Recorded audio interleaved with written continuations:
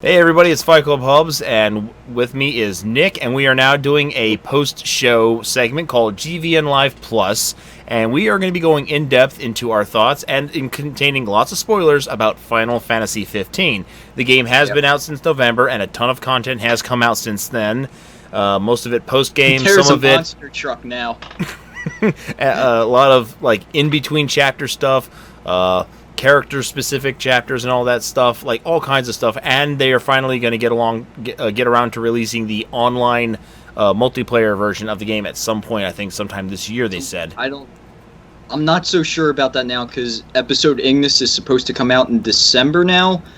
I don't know how they're going to fit the multiplayer in before that, but we'll see. But let's start off with something here, and I want to get a theory off my chest, if that's okay. If that's a great way to start the show, what do you think, Nick? Go for it. My theory is, because I played the game, I beat it, I'm probably one of the few people who actually really enjoyed the story. I really dug the biggest element of the game that most people don't really understand was the pictures. That is a huge element to the storytelling of the game, and it captures specific moments, not just like, cool shots that you make while you're in the midst of combat or whatnot, but like really big, memorable moments that you remember with your characters interacting with other members of the story and whatnot. And it plays a big part almost at the very end for a nice little emotional roller coaster as you're about to go have your final showdown with Arden. And Arden, yeah, you want to say something real quick? No, the thing is, it's like, it's supposed... That moment relies heavily on you being so invested into that ride, because depending on which photo you take, you can easily derail that whole thing. Absolutely, but I think I somehow believe that the majority of the people out there have chosen at least one of those, epic group photo moments. So, if you don't mind me asking, what photo did you pick at the end? And this is assuming at this point everyone who's watching knows... how I would have to say it's the most obvious one. I picked the group photo just before you left on the boat ride. Yeah, that's what I picked too. And because, let's be truthfully honest, I liked the cast of people that they had right there that you just interacted with. I really liked the girl, Iris. She was awesome. I wish she was more of a playable character, and she traveled along with you. I enjoyed the first date that you supposedly had with her while you were up in that one town before getting down to her, and it was kind of funny. It's like, please don't tell my brother. Like, okay. Yeah, I don't want that guy to cut me in half. That would happen. It would be very messy. Just get him cup noodles and he'll be fine. He'll get over it. I can't believe they actually had a side quest just for helping make the ultimate cup of ramen. That was the dumbest thing ever. I'm glad it was just a one-off thing, and you could tell the voice actors were just fully leaning into it. Mm-hmm.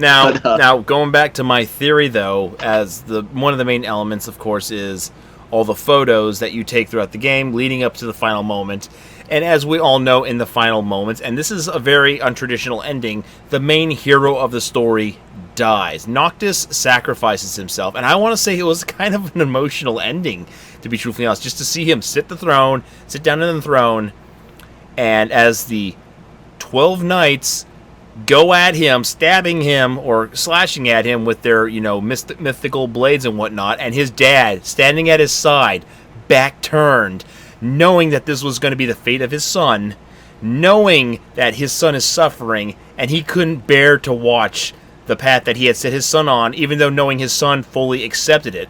That was an epic. That was kind of a very epic. Not only that, but the fact that Regis knew this, like, from the moment he was born, that this was going to happen. Yes, and there's the fact that that as a father, he knew that his son had a destiny. That is why he allowed his son to not be a traditional prince. He allowed his son to live his life and enjoy it, which is, shows how much he loved his son, even though his son would frustrate the hell out of him.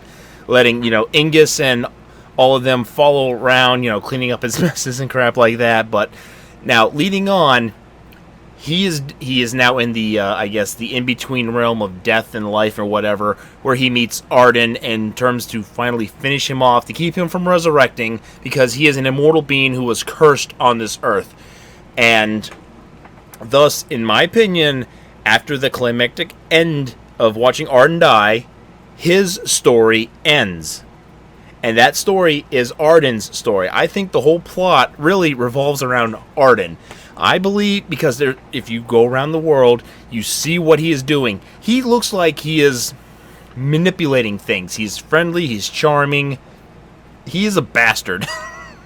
Yeah. And at the same time, you get really a ton of dirt on his history. If you go and you find these books, they lead you with history in regards to how he became the cursed, I guess the cursed king is what I think he was called, because he was supposed to be in line to be one of the chosen few by the gods, but he was not chosen because he used his gift to go and seal away the demons, and he absorbed so many demons that he became so cursed that it eventually made him immortal, and the gods could not, give him their blessing.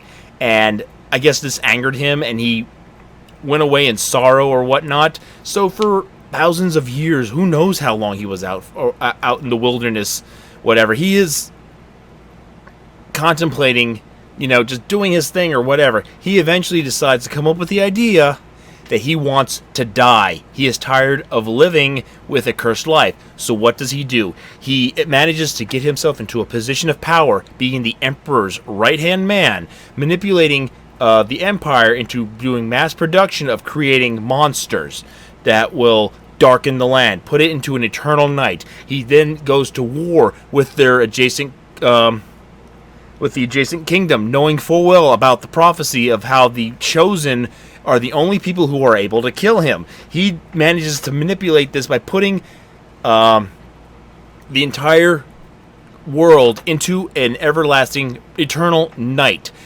with monsters spawning all over the place. And where do you find him when Noctis finally comes out of his 10-year hibernation of finally becoming who he's supposed to be destined to be?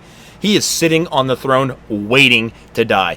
And let's be honest, as epic as it was a push-over final battle. It was cool flying 100 miles an hour. It was a freaking DBZ battle is what it was. That was Final Fantasy Versus 13 that you saw right there. Yeah. That's what it was. And it was awesome, but that was the original CG trailers that you saw from 2006 getting realized. Yeah.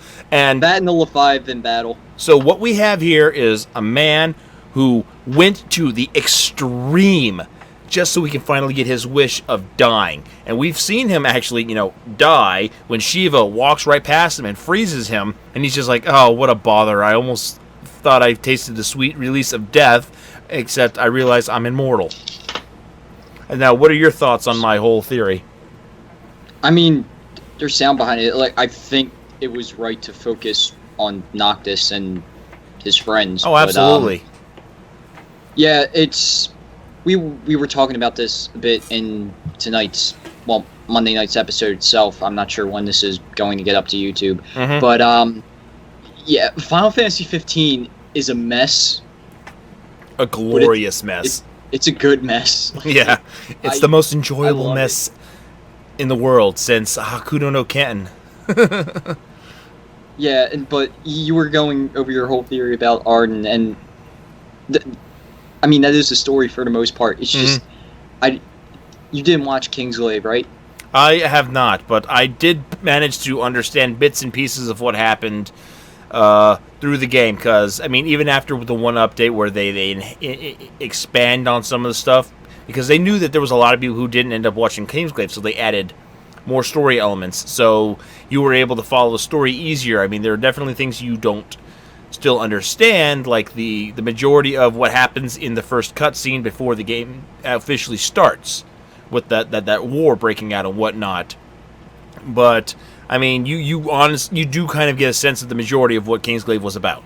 Yeah, no, but my thing was with Arden and him convincing Niflheim to just go into mass production with demons and stuff, and going to war with Insomnia. I don't know how that benefited Niflheim at all. Like, he convinced this entire nation to I think it was more along the lines of he somehow managed to not just be a whisper in the ear, but a piece of corruption. Like, he somehow corrupted and twisted the mind of the king. Because you do remember what happens in, like, chapter 13. He eventually turns the king into a demon himself.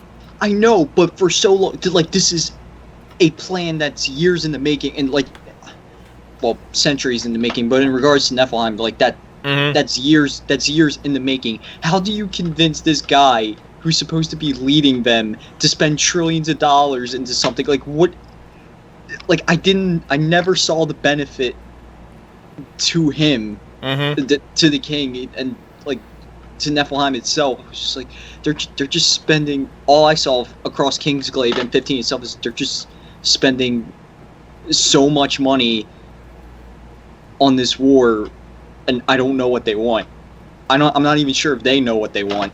No, I think they got fooled into thinking that, I guess, great power, he probably convinced the king of Niflheim that maybe he might become blessed by the divine gods or something like that. Who knows?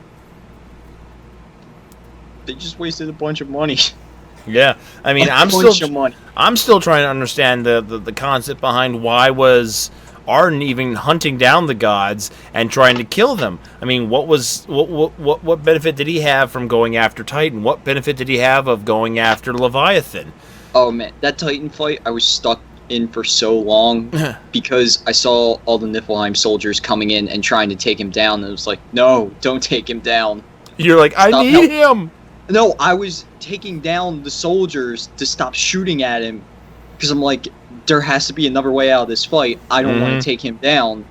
Something's not right here. So I spent a solid hour just taking down Niflheim soldiers, and I'm like, okay, I don't think this is gonna work. I'll just take him down and see what happens. Yeah, and then you get a cool cutscene, and then you lose your car. Yeah, he's like, hey, I'm a summon now, so yeah. And I have to say, the summons worked at the same time. They didn't work. It was like, it was super conditional about how you had to use certain the summons. The one that came out the most for me was definitely Ramu. Every now and then Shiva will come out, but there has to be the presence of water somewhere in the battle area for her to come out. It was so funny with Ramuda, where like if you're underground, he would just throw the lightning bolt through the ground down to wherever you are. Yeah, you have to admit that the charred earth effect from the lightning attack was really fucking awesome. I know, to the point where the game would just, the frame rate would just tank sometimes because it couldn't process what was going on. And speaking of which, this was like the first game I played because the PS4 Pro came out a little bit before. Like, I got over it pretty fast, admittedly, but this is the first game I played where I was like, I wonder how this would be on the PS4 Pro. Like, what that extra bump in performance would do for it. Absolutely. Because it is a very good-looking game. It is. I'm surprised. I'm happy that they managed to somehow retain some of the look of the game and the character designs from back when it was Versus over 10 years ago.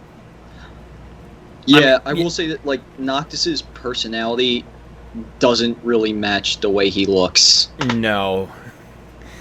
And I would have to say that when he comes back out of his 10-year itch, or nap, or whatever you want to call it, and he has that, like, half-ass beard, I'm like, you really don't think but, like, you can tell the original plan for him was to be, like, the emo angsty kid, but that changed a lot over time. Yeah, but he still kept that same design. He's supposed to start off as black doesn't quite match up. Yeah, he's supposed to start off as an angsty, rebellious teenager. What is he, 18, 19 in the game? And then he eventually 20. Okay, so he's 30 by the end of the game when he chooses to accept his fate, his destiny, or whatever. So now a lot of other stuff has come out.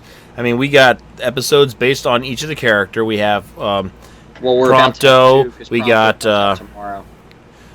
Actually, wonder by this point if it's live now, but Gladios is out. Prompto is out on Tuesday. We're recording this Monday night. And then I saw this on Twitter. Episode Ignis is supposed to be in December, which I'm assuming early copies of Prompto went out because there's a teaser for the next episode at the end. So, and then there's also all the other additional content and patches that they've applied since the monster truck, the level extension. Now you can become level 120. Monsters of the Depth fishing extension. It's weird. They're treating this like it's a single player MMO, but we didn't even mention the Chocobo Moogle Festival. Oh yeah, that short-lived. Did you festival. play that? No, I did not, because I actually wasn't interested. It was just a dumb little distraction. It came out around the same time as the Switch launch, I believe. That's why I didn't play it. It was just a bunch of like little mini games around town. I mean, granted, a town that was about to get destroyed, fucked up, but absolutely fucking destroyed is a better way of putting it. They also had a bunch of other polls out. One poll asking about things ranging from playable characters like Ariana and Iris, Luna Freya, even other things like, go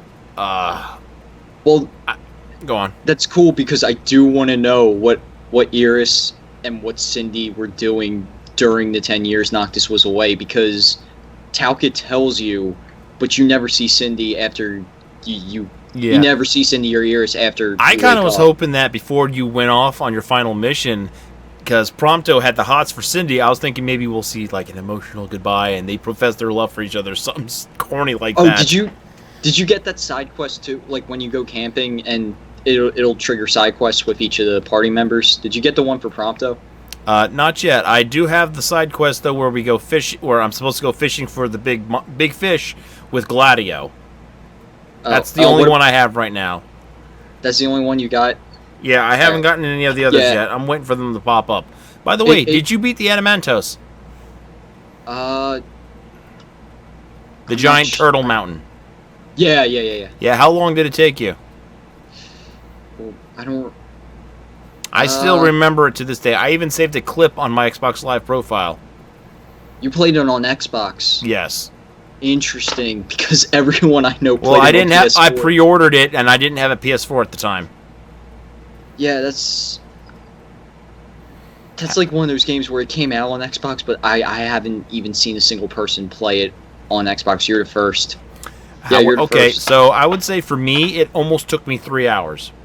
Really? I was almost level 70 at the time I took him on, and I was running out of booster spells and booster magic in order to do more damage. Yeah, forgive me if I have a hard time remembering certain things, because this is stuff I did like back in December, early January, and I actually didn't catch. A lot of stuff happened since. So I didn't really play Final Fantasy when it first came out back in November, December.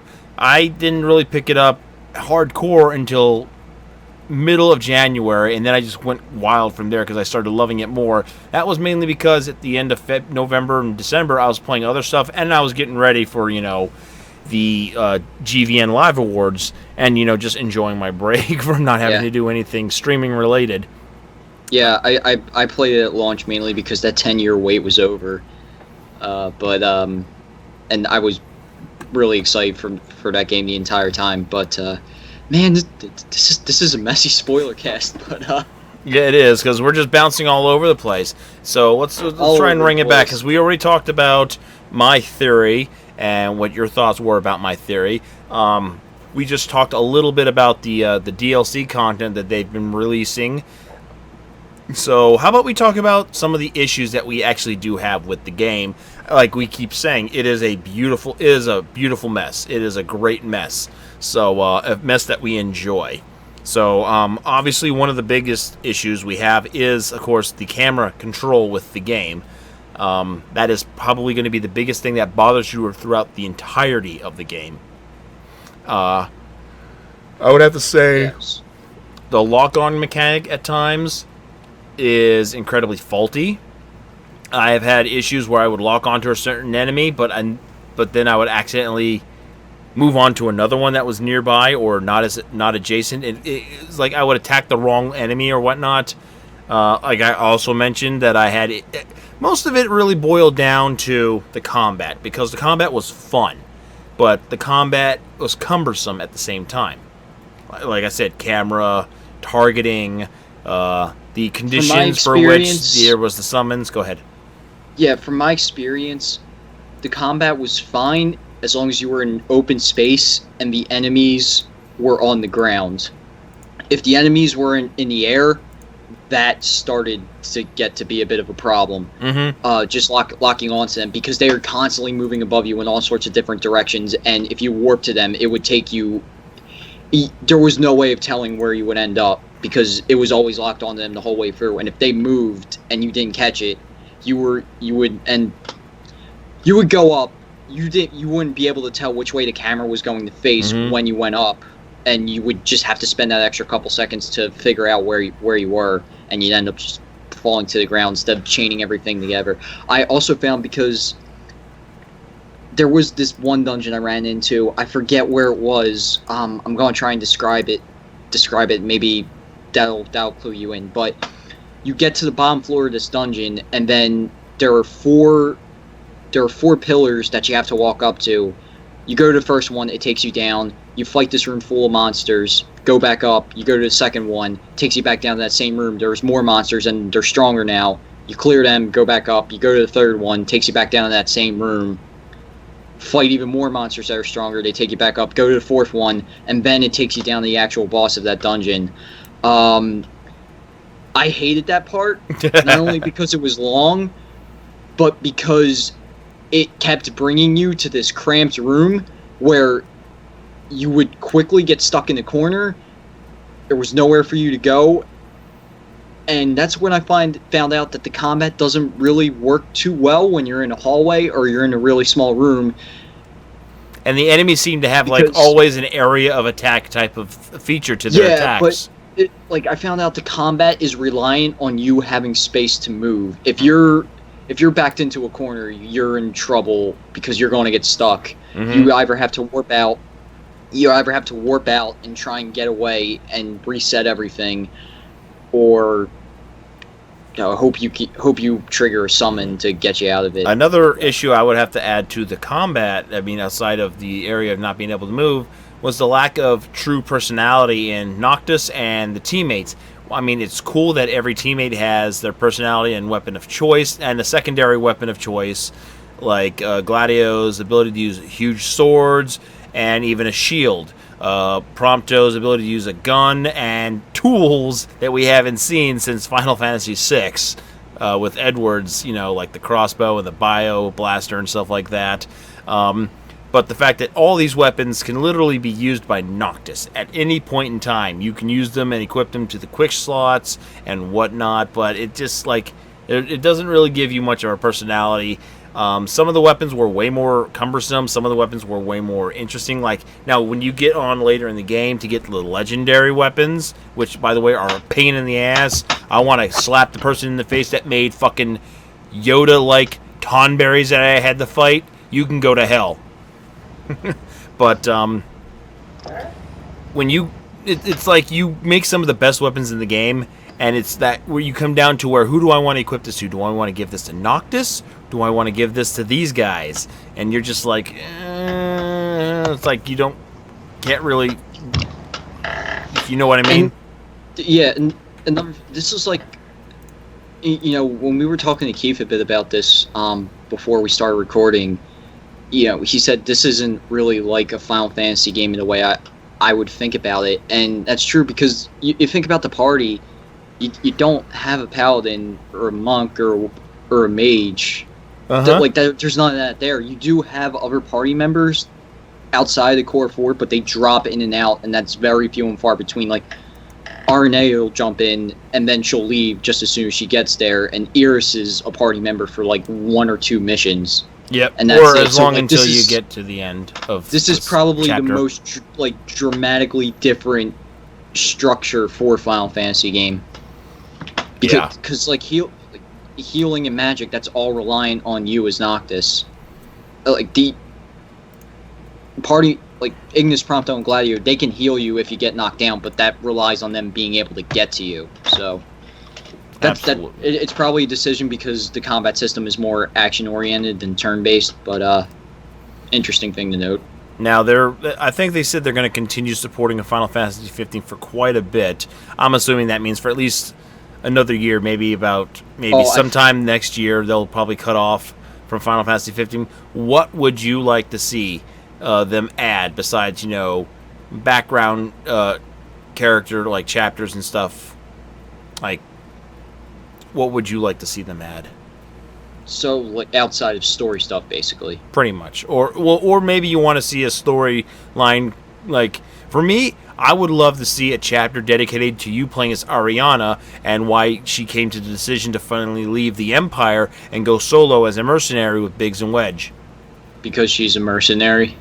Well, there's that, but at the same time, she's an opponent, and then at one point she's forced to just work with you, and she's just indifferent about it, and you can tell by her conversations, like, yeah, I'll just stick around for a while. You actually might see that in episode Prompto, so I don't want to jump on that just yet, but she is confirmed to be in it, and I don't know what her role is in it yet, but you are supposed to see things with how Niflheim works in Prompto, so that might be your answer right there. Oh yeah, and that's another story element that they didn't touch on. I'm sure they don't touch on about it in the Kingsglaive. Prompto's secret about him, like when you're trying to rescue him, Arden just says, "Oh, your buddy has some skeletons in the closet," and then then it just comes out of nowhere after you rescue him. Like, sorry guys, I should have told you that I'm a guy from Niflheim. Like, wait, what? Where the hell is this coming out from? That's not brought up in Kingsglaive at all. That's not brought up in the anime. So the story, as I understand it, is he escaped when he was a kid and just lived as a Lucian. Yeah, that's what they're called, right? Lucians? Lucian, yeah. Yeah, he just... Or no, wait, no, Lucian's the bloodline of the king. So yeah. he just lived in insomnia. And just somehow became normal friends life with... outside that, and just, kept that in the background the entire time. I don't think it was presented the right way. Him saying he was actually a demon didn't make sense, because that just completely messes with your understanding of how demons work to that point in the game. Because you remember, like, they can only come out at night or in darkness, but he is walking around in broad daylight, and he is a person. He's very clearly I think he was just a modified human being that he could easily be transformed into a demon. That's about it, I think. Maybe, but speaking of the DLC too, I think it's also insanely interesting that once you play as the different party members, it basically changes the way the game plays. Like, Episode Gladio turned it into more of an action game than it already was with the action combat.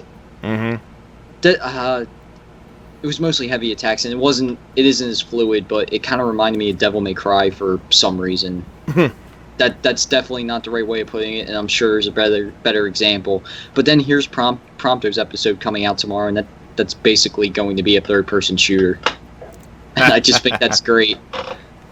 I really hope it plays well, because if it doesn't, that's going to be miserable. But I just think that's interesting. It's like, okay, every DLC episode we do is going to have a completely different approach to it, and now it's starting to sound a lot like Sudeki, where they have different playstyles for every member of the party that you play as.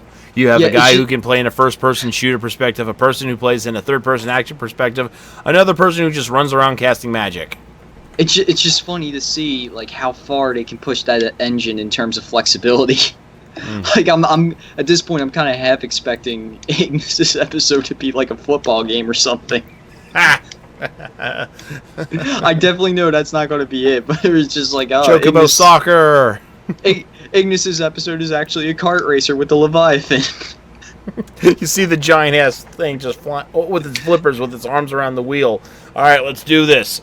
He didn't go blind because the Leviathan hit him. The Leviathan flew out a banana peel and he crashed, and that's how he went blind. Oh boy! So I think we definitely went off a little off topic, but hey, you know what? It was a blast. I really enjoyed this, Nick. Thank you for joining me right here on GVN Live Plus. What was this conversation even about? Final Fantasy 15 is a good game. I don't care. I like it. It is a great game. I enjoy it. It is the best mess anybody can enjoy. Worth the wait. Worth the wait. It was definitely worth the wait. I mean, I was not hyped for the game. I could care less about the game. Actually, and then when I got it, I loved it. Funny story, if you don't, because I was looking forward to it from announcement to launch, and my one friend was too, and it was funny. Like, in the lead up to this game's release, this is, I think, about shortly after Episode to Sky came out, and that was the first time we ever got to play this game. We were just talking about it, and I stopped and went, you know what the weird thing is? I've known the character of Noctis longer than I've known you at this point. Oh, Jesus. That made him feel good, I bet. No, it's just weird because before I even met this person, here's this game that I've known about that's been in existence for 10 years that people have known about, and your life is my life has gone through so many changes and twists and turns to the point where am I going with this? But it's I've made friends who were excited about this game, and it was years that I've known them, yet we still didn't have this game. It's just such a weird thing. It's weird because technically that's not the case. 15, as we know, started development, 3 years prior to its launch. But yeah, the whole versus 13 and the 15 thing, that I don't think that's ever going to stop being interesting. Actually, I'm zooming out now. Yeah, I've been. I think I accidentally opened that up, but yeah. Yeah. So anyway, I'm glad we have it. I'm glad it didn't get canceled or Square just dropped it. So yeah, this was fun, to be truthfully honest. We had some kind of structure at the very beginning, and then we just went off the rails. No, we didn't. We did not. I started off with something that was plausible to talk about, and then afterwards it just went downhill from there. But it was a glorious downhill mess, if I might add. This whole episode was just nonsense about 15, but I'm 15 is about nonsense, and it was glorious, was it not? Dude, and this was glorious. I can't wait to play the Prompto DLC tomorrow, and I can't wait to play the 7 remake when I'm 30, and then 16 when I'm 50. I'm probably gonna be 50 when 30 comes out, or when 7 comes out, and then Kingdom Hearts 3 comes in at some point in between there. Oh man, this Square Enix is just never going to stop being just frustrating to me. But I love their games at the end of the day. All right. So anyway, I just want to say, hey everybody, thank you for tuning in for GVN Live Plus post live podcast shenanigans, and thank you very much for joining me, Nick. There's a monster truck in Final Fantasy 15, and that's great. All right, thank you for having me. Thank you. All right, you guys have a good night. Peace.